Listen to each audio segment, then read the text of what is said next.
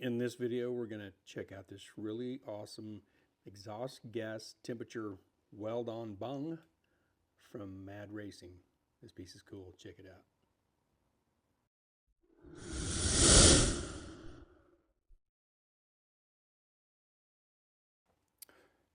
If you're building a set of headers and you're going to use an exhaust gas temperature bung, you'll want to probably get some of these from Mad Racing. It's been a couple years since I've last built my set of headers for my big block turbo deal. These were unavailable, and but I had EGTs, and I use these. Everybody knows these. They've been around for a bazillion years. They was even on probably on the dinosaurs when they roamed the planet. Exhaust gas for the dinosaurs. These work just fine. We've all used them. If you've built headers and EGT stuff, you've used these. These are just fine, but there's always room for something better. And in pops Mad Racing. Glenn Payne, I've bought a lot of stuff from Glenn. He has cool product on his website. Not too long ago, I don't know how long ago it's been, he offered these on his website. So when I knew I was in this planning stages of the turbo build on my new small block, I got me a set of these, and I'll read you the description that's right off of his little sheet. And oh, don't do that. That's bad on threads. Hang on. Don't bump the camera either. See, I'm not a pro at this. I'll grab that later. I'll just see. I got a sack of them here. I'll just grab another one. I got them capped to protect the threads, but if you drop it on the ground without the cap, it won't protect the thread. They don't come with the caps. I bought the caps. So I set that on there like this. And I'll tell you about this. They're 316 stainless. They fit any 1/4-inch probe, ferrule, and nut assembly. There's no support washers required. It's a unique Mad Racing part design. They're 7/8 wide diameter, 7/8 wide there, by 100 thousandths thick, and I'll show you that here in a second. 100 thousandths thick base makes fitment and welding easy. Fits 1 3/4 to 3-inch tubes, pre-trimmed for 2-inch, and weighs just 12 grams. So my my stunt tube here is actually one of my real turbo header tubes, because my headers aren't built completely yet. It's a 2-inch tube, and it sits on there like it is perfect. It's a great fit. I should probably have waited to do this till I actually have them welded on, but I've got a open spot here where my car is almost done from the paint shop. Engine is almost done in the engine shop. When that stuff gets here, I'll probably be doing a little bit less of this video-wise, and I'll be just working on the car. So I'll get my calipers right here. So he said they're 7/8 wide, which they're 8. Where's the camera?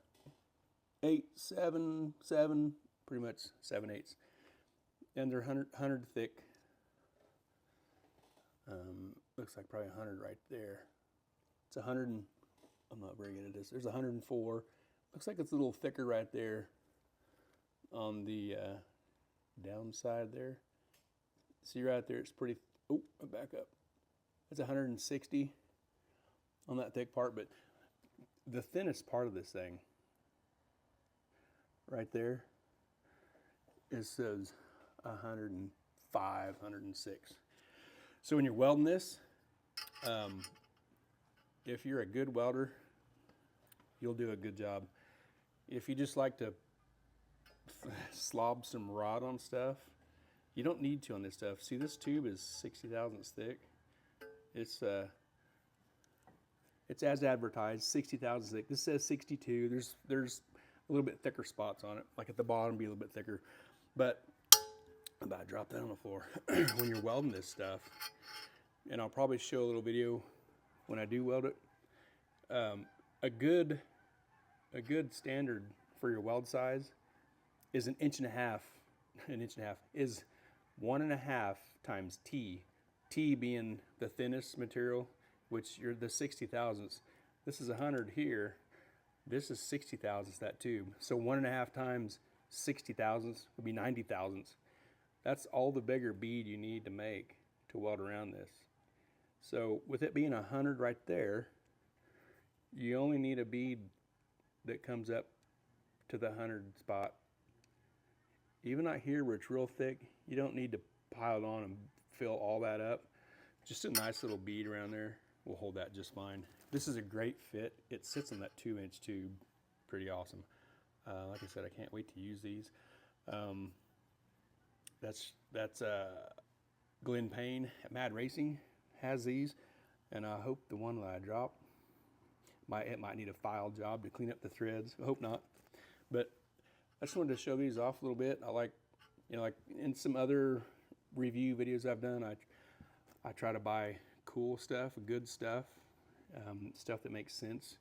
And if it's something I really like, I'll show it like this, even if I might do a crappy job talking about it and throwing parts on the floor and hope it didn't damage it. This stuff's really cool. Get a camera might not get a good shot, but man, it's a great fit.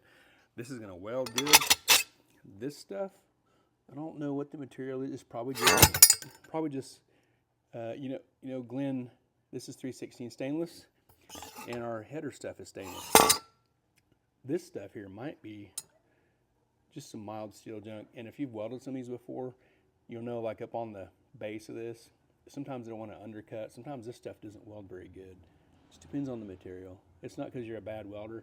It's just sometimes material is just crap, and it's what we have to work with. But these are cool. These are okay. They're good enough, but I really like these, and I can't wait to put them on and use them. And they'll look good too. They'll weld great and they'll look good. So that's all for this. I'm about 7 minutes in. That's long enough. So thanks for watching, and we'll see you later.